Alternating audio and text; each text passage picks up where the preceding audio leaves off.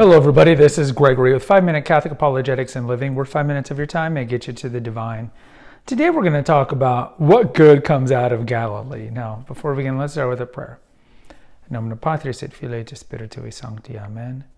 Gloria Patri et Filii et Spiritui Sancto, sic ut erat in principio, et nunc et semper, et saecula saeculorum.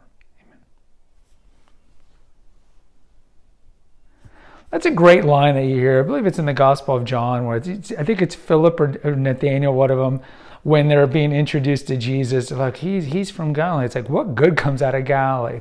And understand, like, there is this discrimination that you find in the New Testament toward the Galileans. Of course, Galilee is north of Jerusalem. It's not in classic Judah. It's over near the Sea of Galilee, or the Sea of Tiberias, as the Romans called it. And why is that? Well, there's a couple of reasons. So remember, if you go back to David and Solomon, after Solomon, there was a breakaway. This was God's punishment for Solomon. And so the 10 northern kingdoms they established their own kingdom, and then the 2 southern tribes stayed with Solomon's successor, Rehoboam.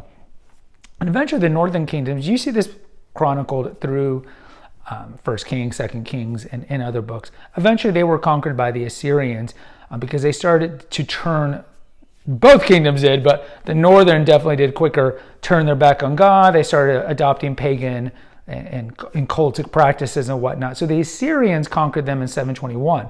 Now, they were sent away and they were scattered. And so what the Assyrians did, they brought in some other people to kind of fill up that area. And eventually in 586, that's the final conquest of the southern kingdom, and we see them being shipped to the Babylonian captivity, and then they come back during the time of Ezra and Nehemiah. You see that all that mentioned in those books.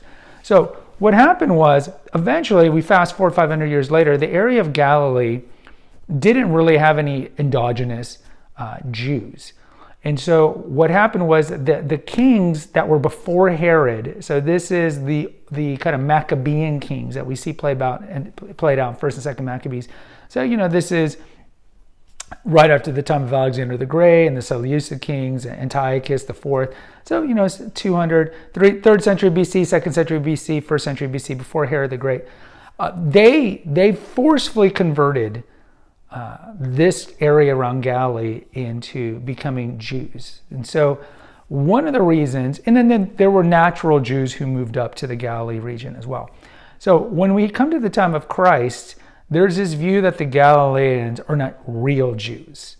The majority are not real Jews because they were forced conversions, because they're not part of the true tribe. And even though some moved up there, overall that area was kind of seen as polluted by blood and just kind of backwater.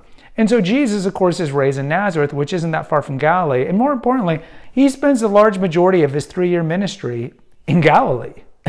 When you look at it, you read the Gospels, he's spending most of his time around Galilee. And so when Jesus is doing his miracles and everything like that, and of course, the Sadducees, the Pharisees, the Sanhedrins, the leadership all hear about this guy from Galilee. They're like, oh, well, he's from Galilee, right? Because that's the mentality. There was definitely discrimination toward the Galileans because of their forced conversion, also because of the Samaritans. These were people that were shipped in.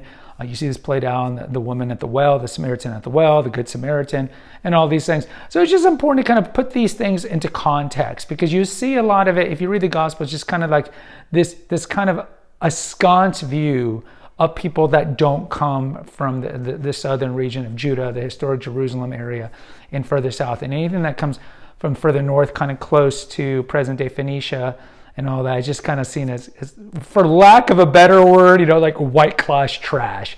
And so when Philip's like, what good comes out of Nazareth? What good comes out of Galilee? This is kind of the mindset of that area. And you just got to understand the historical reasons for that. And so, of course, Joseph lives in Nazareth. He is from the Davidic bloodline. We see this played out in the genealogy. And so there were Jews that lived around the Sea of Galilee, that migrated up there, but they also were in the same area with these forced converted Jews, in addition to just regular non-Jews up there. So it was like a smorgasbord of people up there.